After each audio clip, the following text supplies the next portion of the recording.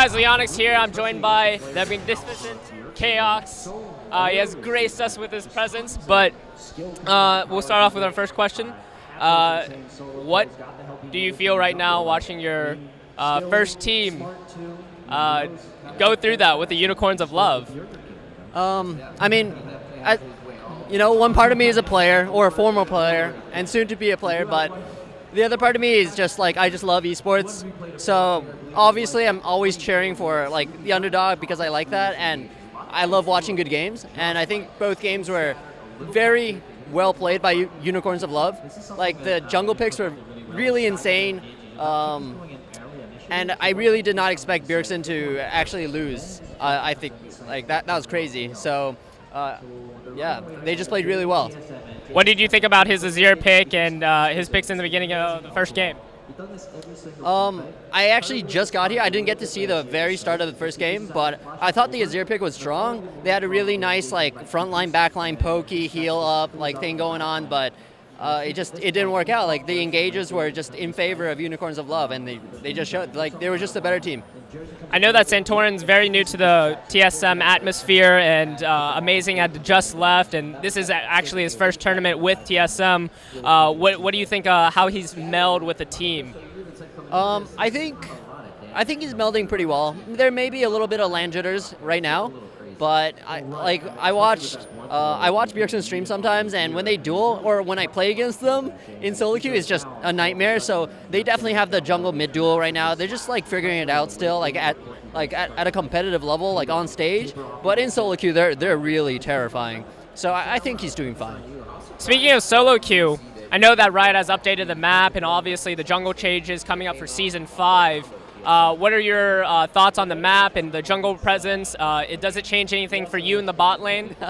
Well, it does. Like, right now, Gromp and Double Golems, now you can get level 2 off it. Before, you couldn't even get level 2 off that. If you get, like, say you're Lucian, and you get all the XP of Gromp or Double Golems, you're instantly level 2, and you have your E and your Q, and it's just like a nightmare to lane against. So I hate leashing in solo queue. Never make your bot lane leash. Always give them Double Golem or Gromp, because it's like impossible to deal with, especially if the bot lanes are like really aggressive bot lanes, like Thresh Lucian against like Leona or Blitz or something like that, or even a Janna. If they're just going head-to-head trading all the time, it's near impossible to deal with if they get that EXP advantage. I know this is going back a little bit for Season 4, speaking as an AD carry. From the Bloodthirster changes to the IE changes, what were your thoughts from that momentum change for the itemization for AD carries?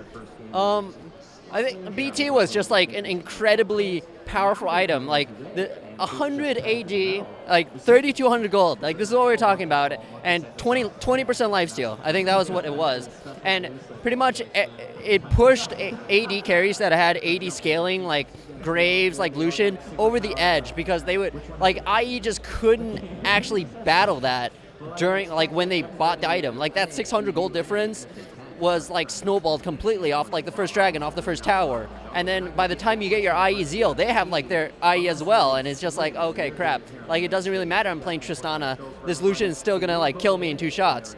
So I think like personally I like late game. I like playing like 40-minute matches, 50-minute matches, and really ramp up to late game. So I like the IE changes. I think it actually made AD carry slightly weaker, especially in the early mid game. But I feel like AD carry should be that late game scaling type of champion that wins the game eventually with like solid positioning. Speaking as an AD carry, coming to Season 5, I know that obviously there's itemization changes. If you had to be that rider to form like the perfect AD carry role for you, what are you looking for in like itemizations for AD carries, and maybe runes and masteries, maybe that avenue?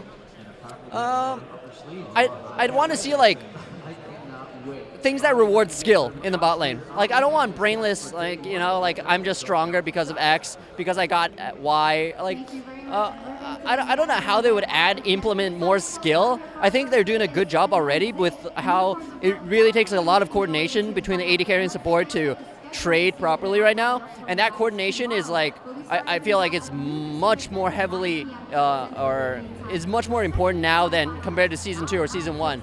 So I'd like to see something that pushes the synergy of bot lane even further.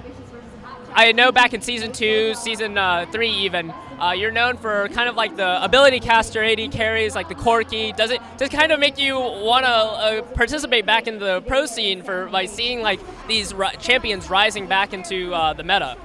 Yeah, I mean, I love Corki. I love Ashe. I wish, I mean, Mikhail's and now QSS buffs just completely destroys her. She's not, don't play Ashe. But I think, well, I'd like to see more Kog'Maw. I'm not a huge fan of Lucian. I mean, I like him and I play him a lot, but you know, as a player, I play whatever it takes to win at the end of the day. So, like, my favorite champion is Ashe, but I'm not gonna force Ashe in this meta. It's just impossible. So, like, I'll play whatever is strong, and I think adapting is just so important as a player. Last question, but is there anyone at this kind of it's been a huge invitational over for across regional platforms, but is there anyone at this tournament that really sticks out to you or kind of makes you say, hey, he's actually really good, and maybe even take inspiration from in your play?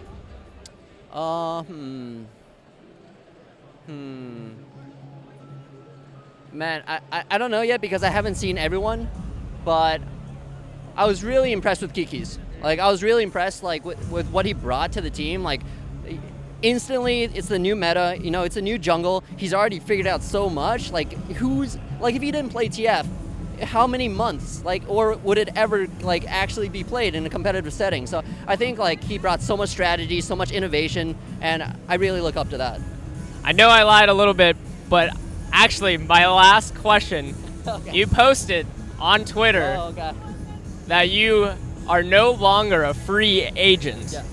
You don't have to tell me exactly, but is there maybe a hint that you can tell me that you are making your comeback to the competitive scene? I am making my comeback to the competitive scene. There you have it. Any shout-outs or plugins? Nah, man. Shout out to all the fans. Like, shout out to everyone that supported me for, like, the past 2 years. I know I've been very inactive, but I'm back. All right, guys, I'm Leonix. This is SK Gaming. If you want any more content just like this, be sure to like, comment, subscribe on SK Gaming on YouTube. Peace.